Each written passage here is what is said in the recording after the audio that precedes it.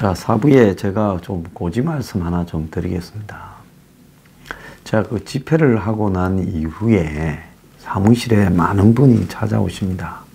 물론 저를 걱정하시거나 또 저를 지지하시거나 또 제가 보고 싶어서 오신 분인데요. 문제는 뭔가 하면 그렇게 이제 오시면 제가 이거 일이 안 됩니다. 오전에는 뉴스 브리핑을 녹화하고 오후에는 또 주말 방송 녹화가 있고 또 기타 처리해야 될 업무가 있어서요. 사실은 뭐 하루 종일 거의 쉬지 않고 밤에 늦게까지 보통 일을 합니다. 제가 집회 때 자원봉사를 도와주신 분들은 어제 모셔서요. 제가 식사를 함께 했습니다.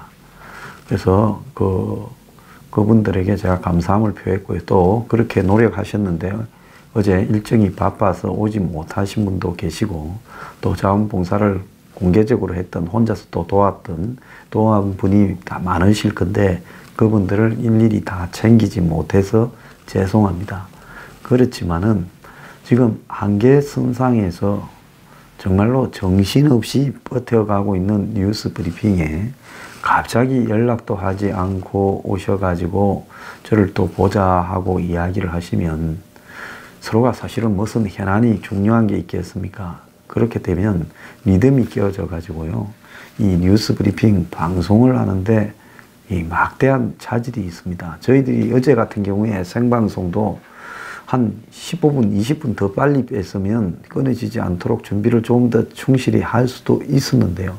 계속 바쁘게 이 스튜디오, 저 스튜디오를 옮겨 다니면서 이 적은 인력으로 방송을 하다 보니까 지금 발생한 문제라고 봅니다. 그렇기 때문에 간곡히 부탁드리지만 꼭 전달할 사안이 있으면 메일이나 이런 걸로 좀 보내시고요. 가급적이면 사무실에 이렇게 좀 특별한 현안이 아니시면 좀 이렇게 오시는 것은 좀 이렇게 사절해 주셨으면 하는 부탁을 드립니다. 왜냐하면 이게 이러다가는 뉴스 브리핑을 진행하는 부분에 큰 문제가 좀 생길 것 같다라는 생각이 들어서 하는 말씀입니다. 양해를 좀 부탁드리겠습니다. 자, 청와대가 주 52시간 최저임금을 보완하겠다. 속도 조절하겠다. 그러면서 이제 이 최저임금 주 52시간을 보완해서 문재인이 직접 이 국민의 공감을 얻겠다. 정부가 먼저 투자 걸림돌을 해소하고 기업이 중심이 되는 투자주도 성장을 하겠다. 그러면서 이제 각종 규제 완화 같은 것도 할 거고, 이 홍남기 부총리는 12조 민간 투자의 물꼬를 이렇게 트겠다 이럽니다. 그러면서 현대차의 저기 삼성동의 부지도 이제 내년에 착공할 수 있게 하겠다. 또 무슨 롯데의 이 제2롯데 이 빌딩 123 빌딩입니까? 그 빌딩에 감사원이 뭐 혐의 없다. 뭐 이런 이야기까지도 발표했어요. 그 빌딩 짓는 과정에서 공항 부지 이전 이런 부분에 대한 논란에 관해서요. 자, 좋습니다. 다 좋은데요. 자, 사람 중심 경제를 체감 못한 국민들이 많다 이야기를 하면서 각 분야에서 의미 있는 변화가 또 있었다라고 또 말을 합니다. 잘못했으면 손을 들고 완전히 고치겠다 하고 사람을 바꿔야지. 사람은 그 사람을 그대로 쓰면서 국민의 소리를 듣겠다. 또 기업이 중심이 되는 방향으로 가고 자기들 고집을 하던 이 최저임금이나 주 52시간은 속도 조절을 하겠다.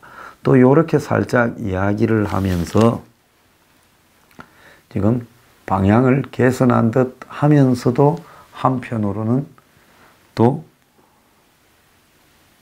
각 분야에서 우리가 변화를 이루어냈다고 또 자기 고집은 그대로 드러냅니다.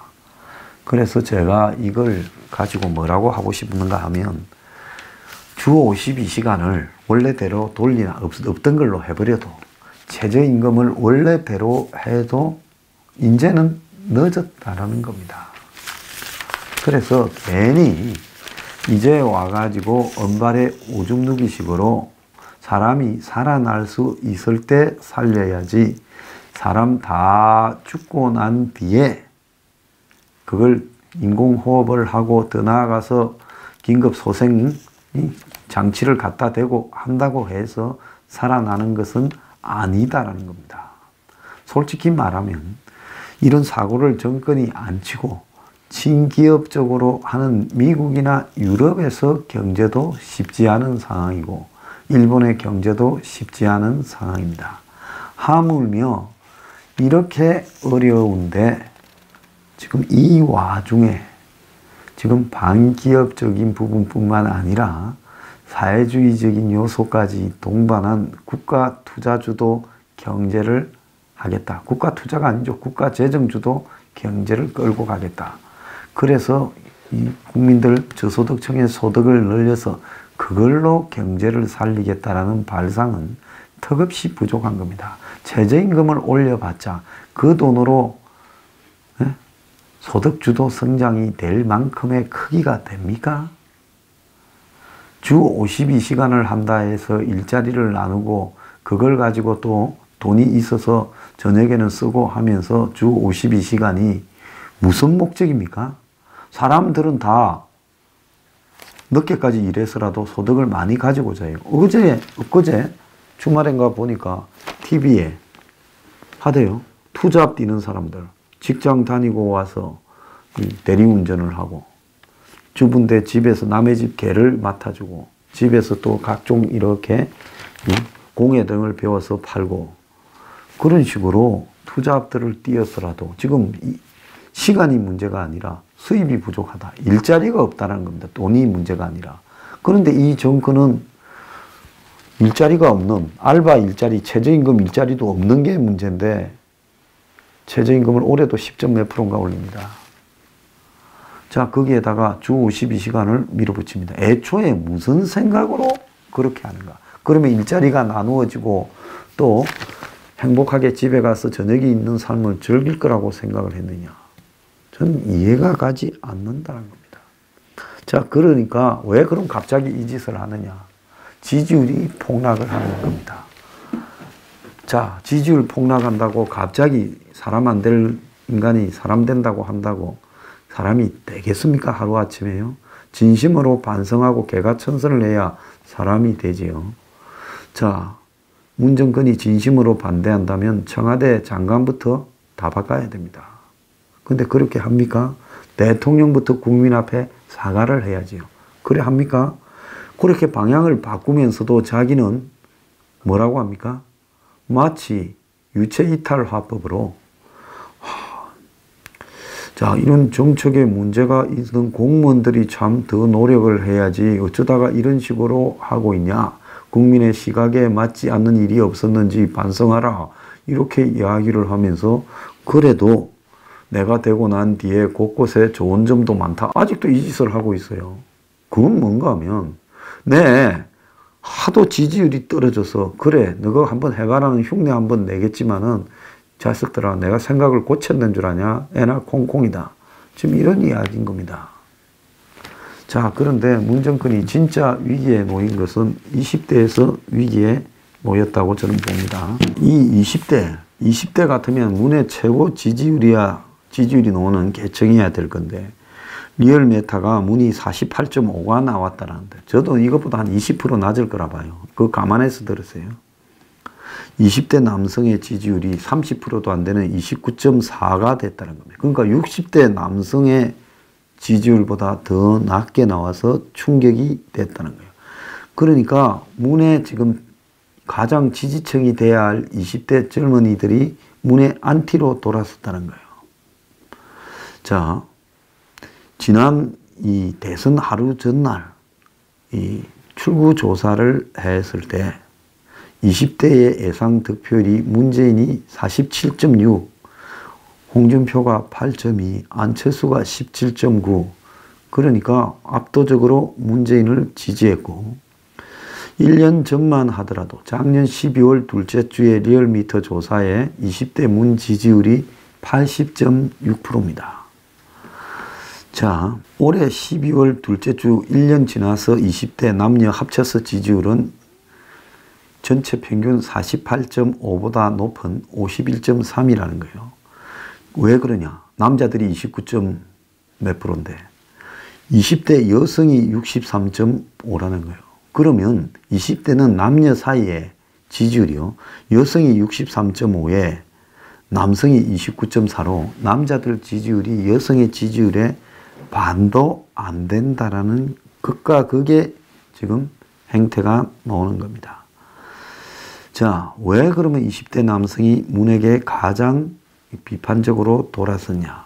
이 부분에서는 지금 젠더 이슈라고 부르는 성적인 문제에 대해서 문재인이 여성의 입장들을 들어주는 이렇게 상당히 이 자신들의 지지 기반이라고 보고 반영하는 모습을 보면서 그 여성의 피해를 당하고 있다라는 남성들의 이런 부분, 요즘 여혐남염에 심각한 문재인에 대한 이 반작용이 나타나 버린 거예요.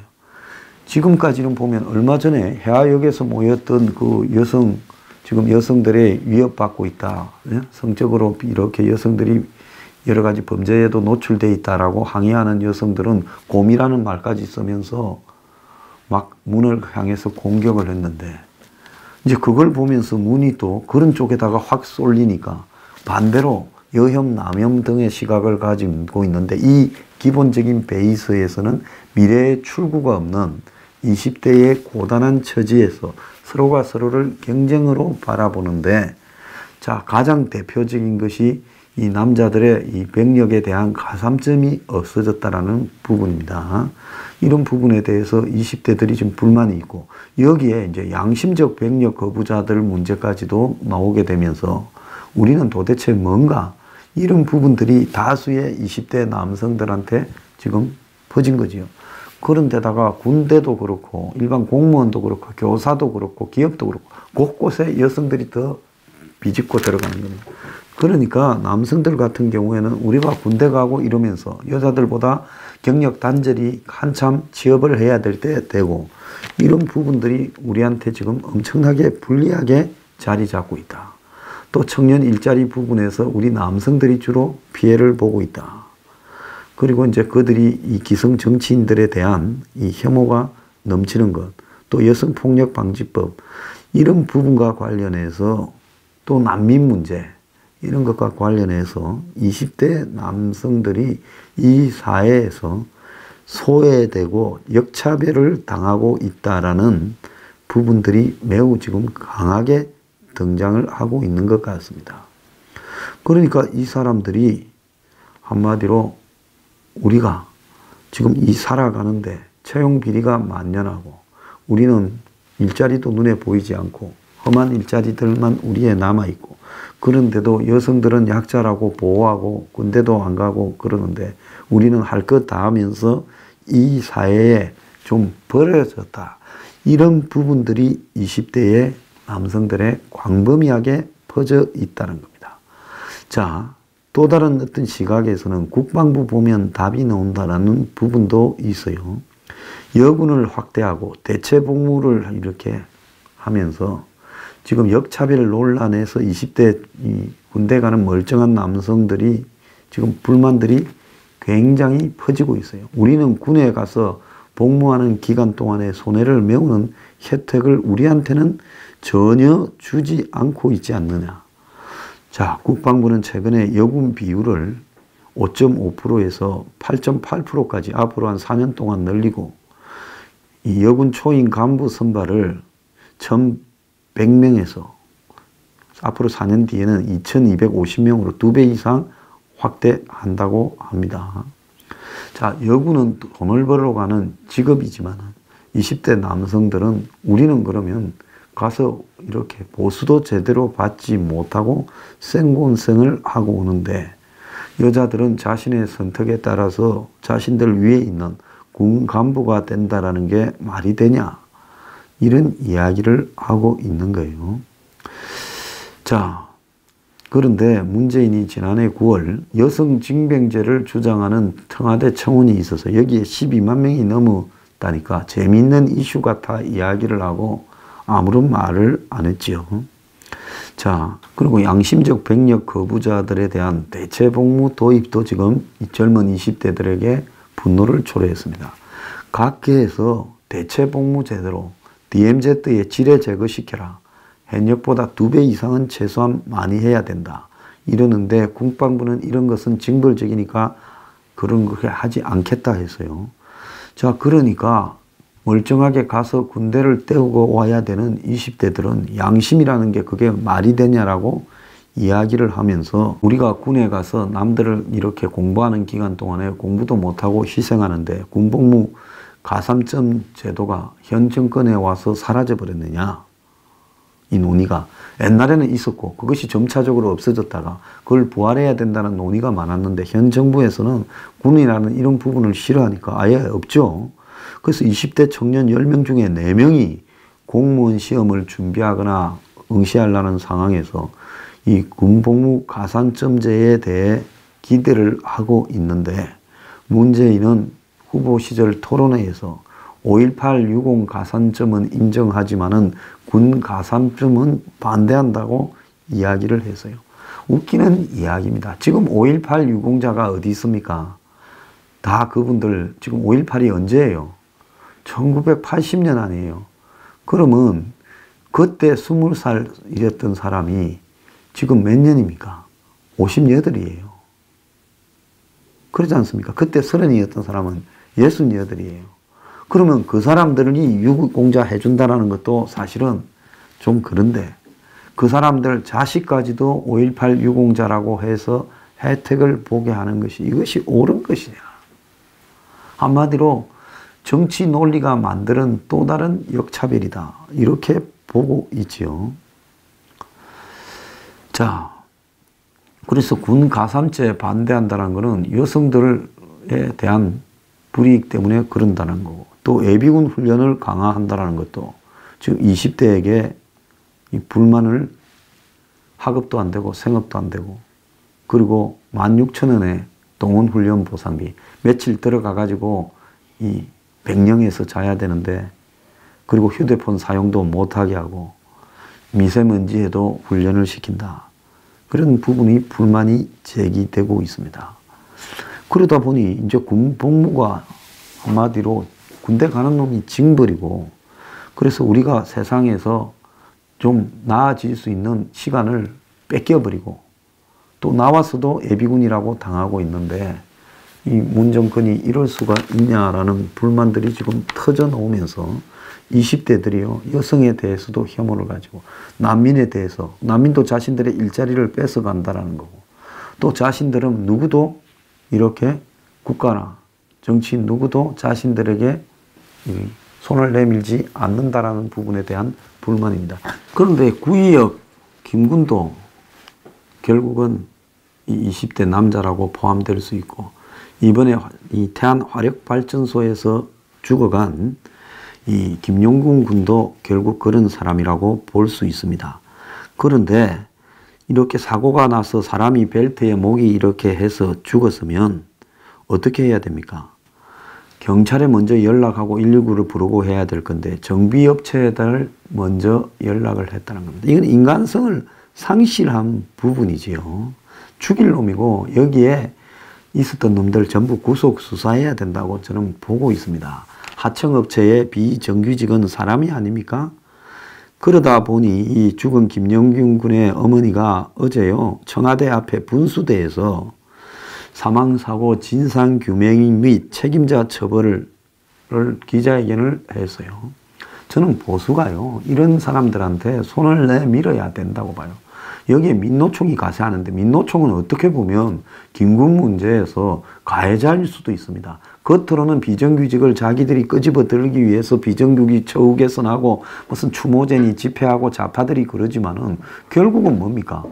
이 정권 들어서 민노총에 소속된 사람들이 결국은 어떻게 됩니까? 교통공사에서 보듯이 비정규직이 정규직화 되는 데서 저들 가족이나 친척이나 지인들이 되는데 이렇게 일조하고 그러면서 비정규직의 정규직화도 민노총 같은 선택받은 사람들의 고용 세습과 채용 비리에 이용당해지는 거 아닙니까? 그 속에서 정말로 본업체의 공공기관의 비정규직도 아니고 하청업체의 비정규직은 구의역 김군 사건이 있어도 이번에도 2인 1조로 했으면 끝났을 거라잖아요. 근데 이 친구가 몸을 던져 죽음으로써 이제서 또 2인 1조 한다는 거예요. 그러면 지하철의 스크린도어의 2인 1조와 사람 하나, 청년이 하나 죽어서 개선이 되고, 발전소 컨베이어 벨트에서 일하는 청년도 혼자 일하다가 죽어서 또 2인 1조가 되면, 그러면 또 다른 이런 위험한 직장에서 일하는 사람은 다 죽어야 해결이 되느냐 하는 겁니다. 자, 그런데 최근에 보면 이 며칠 사이에, 3주 사이에 50명이 이렇게 죽었다는 거예요. 그러면 이런 사람의 죽음들은 다 개죽음이냐 하는 겁니다. 그러지 않습니까? 그럼 문재인이 이야기하는 노동자의 처우 개선은 잘 먹고 잘 사는 사람들을 더 잘 처우 개선해 줄 게 아니라 정말로 목숨 걸고 일하는 사람의 제일 낮은 데부터, 하청업체부터, 재하청부터 비정규직을 처우 개선해 줘야 되는 거 아니냐는 겁니다. 제 말 틀렸어요? 자, 죽고 난 이후에 유품을 수습하러 갔는데 기숙사 앞에 있는 소포를 열어보니 반지가 있더랍니다. 애가 얼마나 반지가 끼고 싶었으면 그렇게 했습니까? 자, 그런데 이 어머니가요, 어제 청와대 앞에서 뭐라 했는가 하면, 문재인을 향해 대통령에게 사태의 책임을 묻는다. 아들은 못했지만은 부모라도 만나서 이야기를 들어라. 여차하면 생명을 앗아가는 곳에서 일하는 노동자들이 더 이상 죽지 않길 바란다. 아들과 같은 위험에 노출된 곳에 일하는 분들이 죽음의 일터에서 벗어날 수 있도록 해달라. 이렇게 말을 했어요. 자, 보통 부모 같으면 자기 자식 죽고 나면요, 정신이 없어서 들어눕지요. 그런데 지금 이분은 훌륭한 분이에요. 자, 그런데 이분 옆에 있는 사람들은 문재인을 향해서 그 분노를 폭발시켜야 되는 겁니다. 구의역 김군이 그런 일이 있었을 때 누구를 향해서 분노를 폭발시켰어요? 그런 것들을 방치하는 정권을 향해서 분노를 폭발시키지 않았습니까? 그러다 보니 박원순이 또 서울시장을 하고, 또 구의역 거기에, 예? 또 지하철 공사 뭐 이런 데가 또 박원순의 산하니까 또 헐거머니 또 덮었지요. 그렇지 않습니까? 만약에 그것이 그때 당시에 박 정권의 일이었으면 그 사건이 그냥 안 끝났겠죠. 그래서 제가 하고 싶은 것은 뭔가 하면, 이런 청년들이 곳곳에서 숱하게 지금 죽어가고 하는데, 문정권이나 민노총, 좌파를 자처하는 사기들은요, 어떻게 하면 20대 또 남자들 인심을 얻어볼까 이러는 겁니다. 똑바로 알아야 되는 거예요. 한마디로 이 스스로 일어나서 외치지 않으면요, 이 사람 취급하지 않는 것이 한국의 사기꾼 좌파들의 기본 특성입니다. 자, 그리고요, 이들을 외면하는 보수요, 이들에게 손을 내밀어야 된다는 거죠. 보수도요, 약하고 힘든 사람들을 위해서 손을 내밀어야 된다. 저는 그렇게 생각을 합니다. 그것이 앞으로 이 앵그리 블루 운동이 가야 될 방향이라고도 저는 생각을 합니다. 누가 뭐라 해도 저는 그런 방향으로 갈 겁니다.